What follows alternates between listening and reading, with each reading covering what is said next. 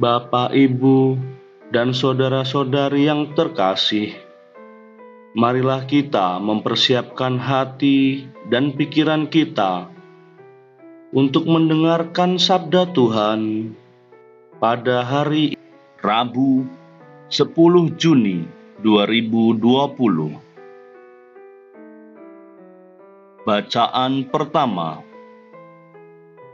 Bacaan dari kitab pertama Raja-Raja, bab 18, ayat 20 sampai 39.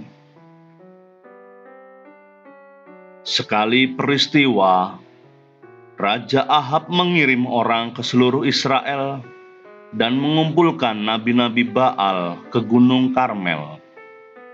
Lalu Elia mendekati seluruh rakyat itu dan berkata, "Berapa lama lagi kalian berlaku timpang dan mendua hati? Kalau Tuhan itu Allah, ikutilah Dia, dan kalau Baal, ikutilah dia." Tetapi rakyat itu tidak menjawab sepatah kata pun. Lalu Elia berkata lagi kepada rakyat, "Hanya aku seorang diri yang tinggal sebagai nabi Tuhan, padahal nabi-nabi Baal berjumlah 450 orang. Namun baiklah diberikan kepada kami 2 ekor lembu jantan. Biarlah mereka memilih seekor lembu, memotong-motongnya, menaruhnya ke atas kayu api, tetapi mereka tidak boleh memasang api. Aku pun akan mengolah lembu yang seekor lagi, meletakkannya di atas kayu api, dan juga tidak akan memasang api. Kemudian biarlah kalian memanggil nama Allahmu, dan aku pun akan memanggil nama Tuhan." Maka Allah yang menjawab dengan api, "Dialah Allah." Seluruh rakyat menyahut, "Baiklah demikian." Kemudian Elia berkata kepada nabi-nabi Baal itu, "Karena kalian berjumlah banyak, pilihlah dahulu seekor lembu dan olahlah. Sesudah itu panggillah nama Allahmu. Tetapi kalian tidak boleh memasang api." Mereka mengambil lembu yang diberikan kepada mereka, lalu mengolahnya. Kemudian mereka memanggil nama Baal dari pagi sampai tengah hari. Katanya, "Ya Baal, jawablah kami." Tetapi tidak ada suara, tidak ada yang menjawab. Sementara itu, mereka berjingkat-jingkat di sekeliling mezbah yang mereka buat. Pada waktu tengah hari, Elia mulai mengejek mereka. Katanya, "Panggillah lebih keras. Bukankah Dia Allah? Mungkin Ia merenung, mungkin sedang ada urusan, atau mungkin Ia bepergian. Barangkali Ia tidur dan belum terjaga." Maka mereka memanggil lebih keras, serta menoreh-noreh dirinya dengan pedang dan tombak, seperti kebiasaan mereka, sehingga darah bercucuran dari tubuh mereka. Sesudah lewat tengah hari, mereka kerasukan sampai waktu mempersembahkan kurban petang. Tetapi tidak ada suara, tidak ada yang menjawab, tidak ada tanda. Kemudian Elia berkata kepada seluruh rakyat, "Mari mendekat kepadaku." Maka mendekatlah seluruh rakyat itu kepada Elia. Lalu ia memperbaiki mezbah Tuhan yang telah diruntuhkan itu. Kemudian Elia mengambil 12 batu, menurut jumlah suku keturunan Yakub. Kepada Yakub ini telah datang sabda Tuhan, "Engkau akan bernama Israel." Lalu Elia mendirikan batu-batu itu menjadi sebuah mezbah demi nama Tuhan dan membuat suatu parit yang dapat memuat 2 sukat benih di sekeliling mezbah itu. Ia menyusun kayu api, memotong lembunya, dan menaruh potongan-potongannya di atas kayu api. Sesudah itu ia berkata,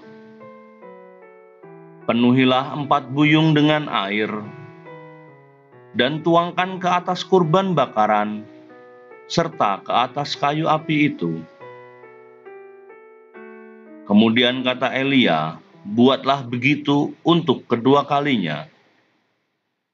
Dan mereka berbuat demikian untuk kedua kalinya. Lalu katanya lagi, "Buatlah begitu untuk ketiga kalinya." Dan mereka berbuat demikian untuk ketiga kalinya. Sehingga air mengalir sekeliling mezbah itu, bahkan parit itu pun penuh dengan air. Kemudian, pada waktu mempersembahkan kurban petang, tampillah Nabi Elia dan berkata, "Ya Tuhan, Allah Abraham, Ishak dan Israel, pada hari ini biarlah diketahui orang bahwa Engkaulah Allah di tengah-tengah Israel, dan bahwa aku ini hamba-Mu, dan bahwa atas sabda-Mu lah aku melakukan segala perkara ini. Jawablah aku, ya Tuhan, jawablah aku, supaya bangsa ini mengetahui bahwa Engkaulah Allah, ya Tuhan, dan Engkaulah yang membuat hati mereka bertobat." Lalu turunlah api Tuhan, menyambar habis kurban bakaran, kayu api, batu, dan tanah itu, bahkan air yang dalam parit itu habis dijilatnya. Ketika seluruh rakyat melihat kejadian itu, sujudlah mereka serta berkata, "Tuhan, dialah Allah, Tuhan, dialah Allah." Demikianlah sabda Tuhan. Syukur kepada Allah. Tuhan beserta kita, sekarang dan selama-lamanya. Inilah Injil Yesus Kristus menurut Matius. Dimuliakanlah Tuhan. Injil Matius bab 5 ayat 17 sampai 19. Dalam khotbah di bukit, Yesus berkata, "Janganlah kalian menyangka bahwa aku datang untuk meniadakan hukum Taurat atau kitab para nabi. Aku datang bukan untuk meniadakannya, melainkan untuk menggenapinya. Karena aku berkata kepadamu, sungguh selama belum lenyap langit dan bumi ini, 1 iota atau 1 titik pun tidak akan ditiadakan dari hukum Taurat, sebelum semuanya terjadi. Karena itu, siapa yang meniadakan salah satu perintah Taurat sekalipun yang paling kecil, dan mengajarkannya demikian kepada orang lain, ia akan menduduki tempat yang paling rendah di dalam kerajaan surga. Tetapi siapa yang melakukan dan mengajarkan segala perintah Taurat, ia akan menduduki tempat yang tinggi di dalam kerajaan surga." Demikianlah Injil Tuhan. Terpujilah Kristus.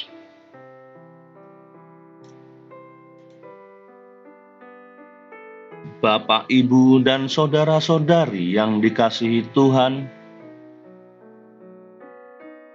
Yesus datang ke dunia bukan untuk menghapuskan hukum Taurat maupun kitab para nabi. Namun Yesus datang untuk menggenapinya.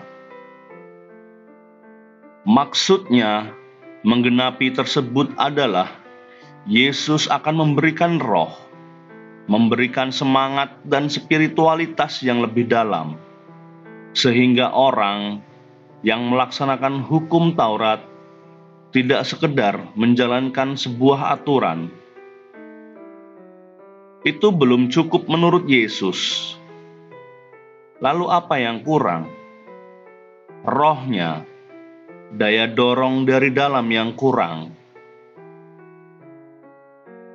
Apakah hal itu? Hal tersebut tak lain adalah kasih. Kasih telah diajarkan oleh Yesus, namun juga telah menghidupinya sampai di Golgota. Kasih yang dilaksanakannya sampai disalib. Yesus mengajarkan dan memperjuangkan kebenaran tidak dengan kekerasan, namun dengan kasih. Di sini akan terlihat semangat untuk menjalankan hukum, bukan hanya tujuannya, namun juga caranya. Kasih tidak diperjuangkan dengan kekerasan. Maka ketika kekerasan yang berbicara, Yesus diam. Yesus saat ini tidak hadir dalam wujud manusia, namun dalam rupa Roh Kudus. Rohnya tetap menyemangati, mendorong, dan mengobarkan, sehingga membuat kita berani untuk bertindak. Menjadi murid Yesus tidak hanya saat kita mengalami pengalaman yang luar biasa, namun juga pengalaman yang biasa saja maupun pengalaman yang tidak enak. Kita sebagai murid Yesus harus siap sedia untuk menderita, karena kita harus berani memikul salibnya dan berjalan mengikuti jalan Yesus.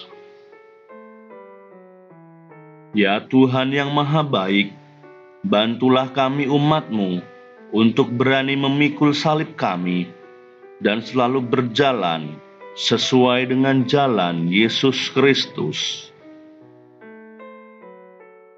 Amin.